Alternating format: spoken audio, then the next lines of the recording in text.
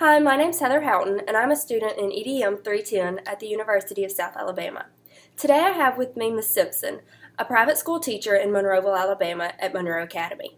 She's the 5th and 6th grade reading teacher and the 6th grade science teacher. Today we're going to talk a little bit about technology, research-based learning, maybe a little bit of Common Core. We're just going to have a good conversation about it all. So to start off, what kind of technology do you use in your classroom? In my classroom, we kind of do everything as a department. So I use Elmo. Our PTO bought Elmo cards with the Elmo projector, which has been really cool to use as far as you can actually work with the students, especially, for example, 6th grade has started cause and effect. It's a difficult skill for this particular group of children I have. So I get to go along with them. They can watch me work. Use it for videos. They go to the computer lab, so they will blog. They blog and they do PowerPoints throughout a year. They'll research. Right now, my science class will start a project and research biomes as a group. So it's just a variety of technology that's used. So your classroom does not have a smart board? My classroom does not have a smart board. We have one smart board on the hall, and it's next door, and that's something they're just now making available to us. Because, again, it's a private school, so anything that's brought into here, our board or PTA, funds that. So I'm trying to be sure that that's what I want in my classroom and that I'll use it before they spend that money. So you kind of use your Elmo as a mini smart board before that's available to you? I do. Do you know if the other teacher uses hers very often? She does. Miss Settle, she got her smartboard in September, and she uses it daily. She uses it to teach, learning games, and then she'll do these brain breaks on Noodle.com where the kids, if they're kind of restless, like by the end of the week, they are restless, as any children would be, and she'll snap on Noodle.com and they'll Is that yoga. What I got to do with the kids? Yes. Okay, yes, I spent a whole day with Miss Simpson about 2 weeks ago, and she loves her kids so much. It is so much fun. But I was wondering what in the world the racket next door was, and all the kids were doing Zumba. Mm-hmm. And we went in and joined, and it was just so much fun. It's fun. So you're the reading specialist. You teach all the reading. I teach all the reading for our department. I have a reading specialist certificate, which in the state of Alabama doesn't really mean a lot unless there's a grant to go with it or used to. But I do. I teach all of the reading. We use Treasure's reading program, which is a research-based reading program.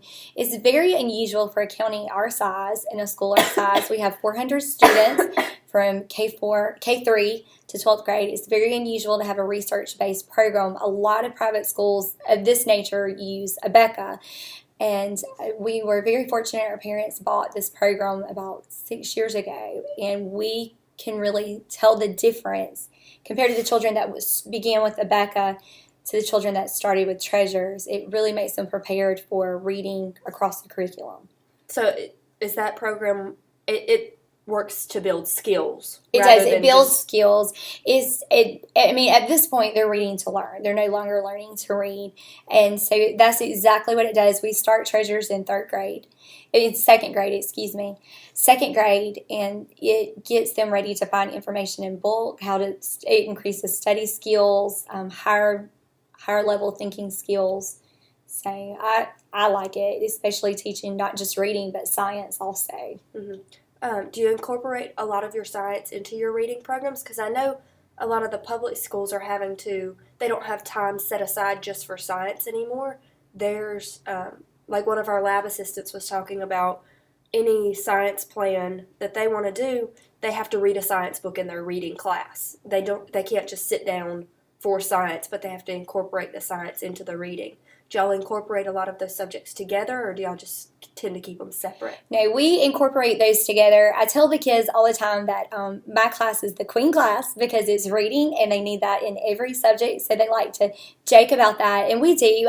We draw back on anything that's going on in history or math. I would say that math may be the little more difficult one to draw in on my class.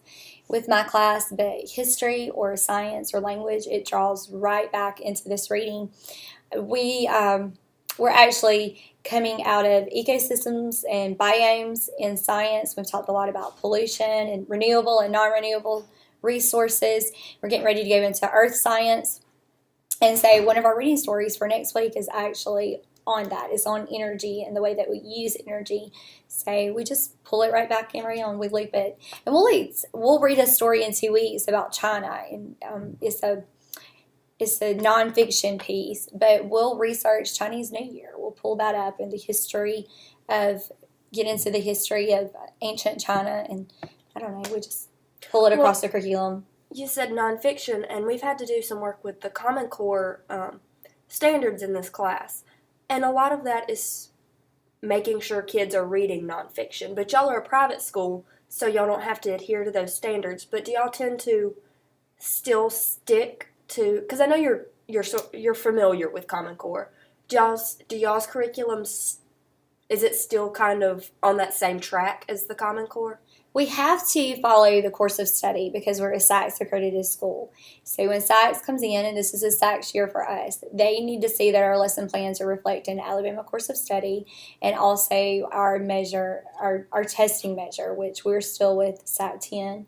It's a bit dated, but we're definitely not going to do ARMED. So it's finding a good testing mechanism for the kids at the end of the year. So we're still with SAT. SACS needs to see that in our lesson plans and that we're teaching that. So we have not adopted a Common Core curriculum. We probably will not adopt a Common Core curriculum, at least with the current headmaster. There's a lot of reservations there. But on the same token, we follow the course of standards and they reflect Common Core. So to some degree, yes, we follow Common Core. And then on the flip of the coin, we are able to pull in you look at my room, I have art, which I know y'all can't see that, but there's art, and we'll pull in different things that they actually don't have time for in public school because they have to stick to those standards and those curriculums. We're able to kind of go out and explore things that other classrooms may not be able to. Okay, well, this has been great. This has been my interview with Miss Amanda Simpson at Monroe Academy in Monroeville, Alabama, and we just thank her so much.